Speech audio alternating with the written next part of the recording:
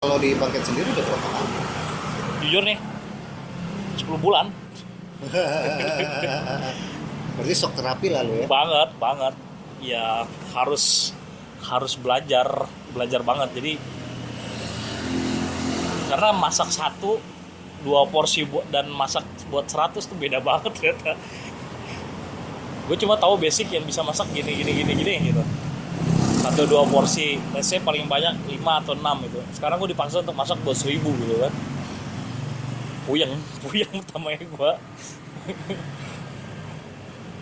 Kasarannya lah kalau lu ngomong secara tekniknya, lu biasanya nabur garam sesendok teh gitu kan.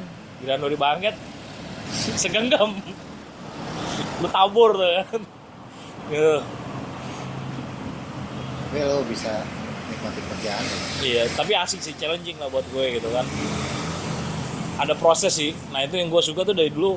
Gue bukan apa ya, gue seneng prosesnya sih gitu. Kadang-kadang di proses tuh ada emang hambatan gitu loh. Tapi gue suka gitu loh. Di situ kayak apa ya? Ya buat gue sih, gue seneng aja gitu loh. Kayak gue bisa tahu yang lebih baru gitu. Oh, berarti lo ini ya, lo suka belajar ya? Suka Iya. belajar sesuatu. Pokoknya enggak sih, Pak Ugu tuh orang kan jadi belajar tuh hanya pada skop gawean lo aja, apa emang semua hal lu senangin buat lu pelajarin? Ya Misalnya lu kan kalau pelajaran hal baru, misalnya lu gue nih hobi main motor, terus gue pengen gue ganti main sepeda atau apa gitu kan gue tak ganti gitu ya kan. Tapi kalau lu hanya kalau di ini gawean gue nih, berarti ya gue hanya fokus di eksploitasi, di belajar di gawean gue aja. jujur nih, gue sebenarnya gue belajar gitu. Gue juga suka baca buku. Cuma gue baca buku gue tuh nggak related sama apa yang gue kerjain di kerjaan gue. Lucu ya. Tapi malah lucunya itu ketika gue ada jalan buntu gitu, misalkan gue harus buka lagi buku-buku masak gue gitu. Iya, oke. Enggak, maksud lu tadi baca buku apa yang pertama yang nggak ada hubungannya dengan kerjaan? Sejarah. Oh, tapi di saat lu punya problem, lu balik lagi baca buku yang yang related ke tadi ya. kerjaan gue juga itu. Tapi Berarti kan kalau gua lihat lu hobi baca, ya termasuk lu ibarat kata orang yang ya, kalau orang kan harus punya hobi di selain dari pekerjaannya dia. Iya. Kan yang disebut hobi ya kan. Ya hobi. Nah, makanya kalau gua lihat berarti lu ngebaca itu menjadi hobi buat lu. Ya. Even itu enggak, ya hobi lah, kan nggak ada hubungannya dengan pekerjaan lu, jadi makanya hobi. Tapi kalau di saat lo itu kan lu belajar lagi namanya. Iya sih. Tapi gue juga gimana ya, gue tuh terkadang gue bukannya apa ya, jadi gue kayak kalau di rumah gitu gue harus baca apa yang related sama kerjaan gue tuh. Kadang-kadang gue tuh capek malah. Pastilah, itu berarti kan lu kerja Iya. non-stop cuy. Iya itu dia gitu loh, satu nonstop.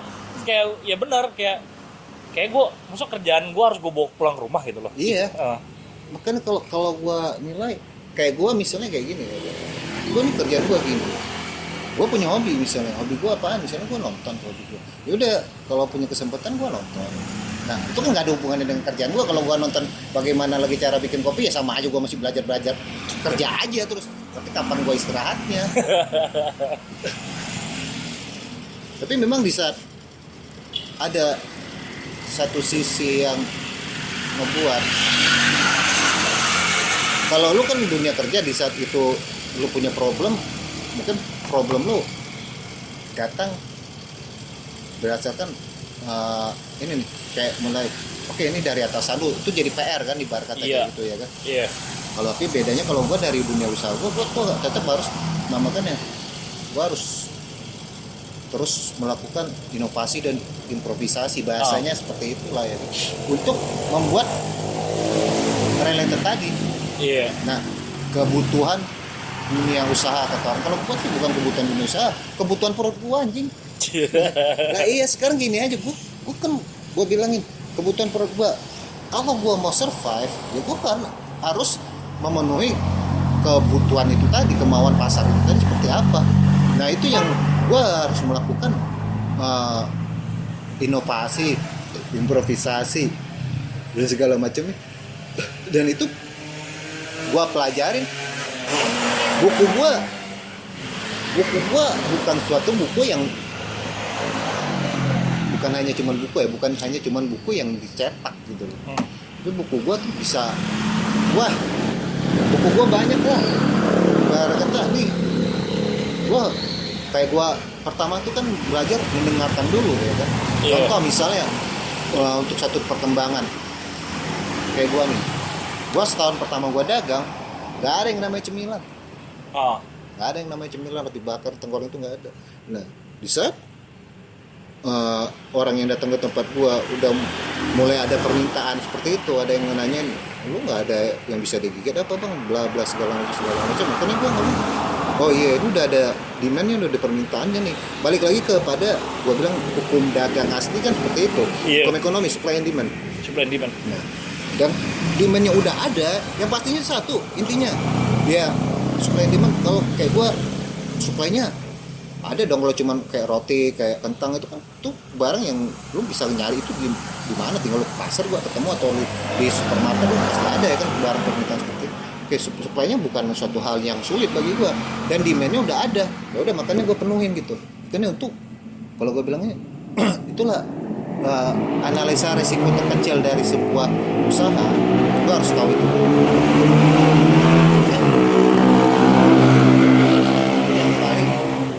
Paling mendasari dari sebuah bisnis. Cuman permasalahannya kan belum tentu supply and demand itu sudah ada. Demand lah dulu contoh misalnya.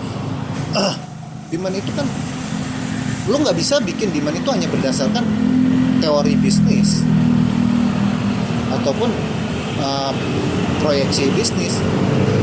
Itu harus sudah memang lo bisa itu melakukan research dulu, research yang mendalam. Dan research itu kalau bagi gua ya tempat gua nih kayak research bagi gua juga. Setelah gua setahun jalan, mereka pada nanyain, bang gini, oh berarti ini demandnya udah ada, ya udah gua supply. Dan supply pun gua gak langsung main gebrak gitu, sesuaikan dengan demand tadi. Dan itu pun gua melakukan sortir pribadi gua juga. Sortir pribadi gua gini, gua akan menyesuaikan dengan keadaan. Untuk menipiskan resiko itu tadi, gua ambil barang-barang yang barang itu gak gampang basi cuy. Iya kan, contoh kayak kentang. Ya kentang, kalau gua kan pakai kentang utuh ya, gua bukan pakai kentang yang udah pakai. Gua kentang gua tuh selama itu nggak kena air dia fine aja cuy. Iya kan, awal busuk. Nah, terus juga kalau untuk roti sendiri kan ya paling kan kadaluarsanya kan bisa 5 hari apa sekian hari. Nah itu kan menurut gua ya oke. Terus mie instan lu tahu sendiri itu mah kagak ada basinya. Makanya gua keep untuk menipiskan resiko. Lu pertama demand dulu dah. Lu melakukan research dulu dah.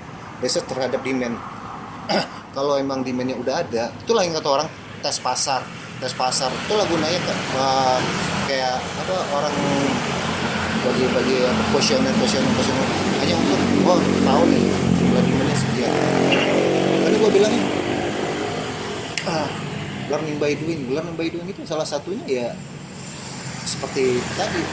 Dimulai dari mana learning by doing? Listening lah. Lu mulai mendengarkan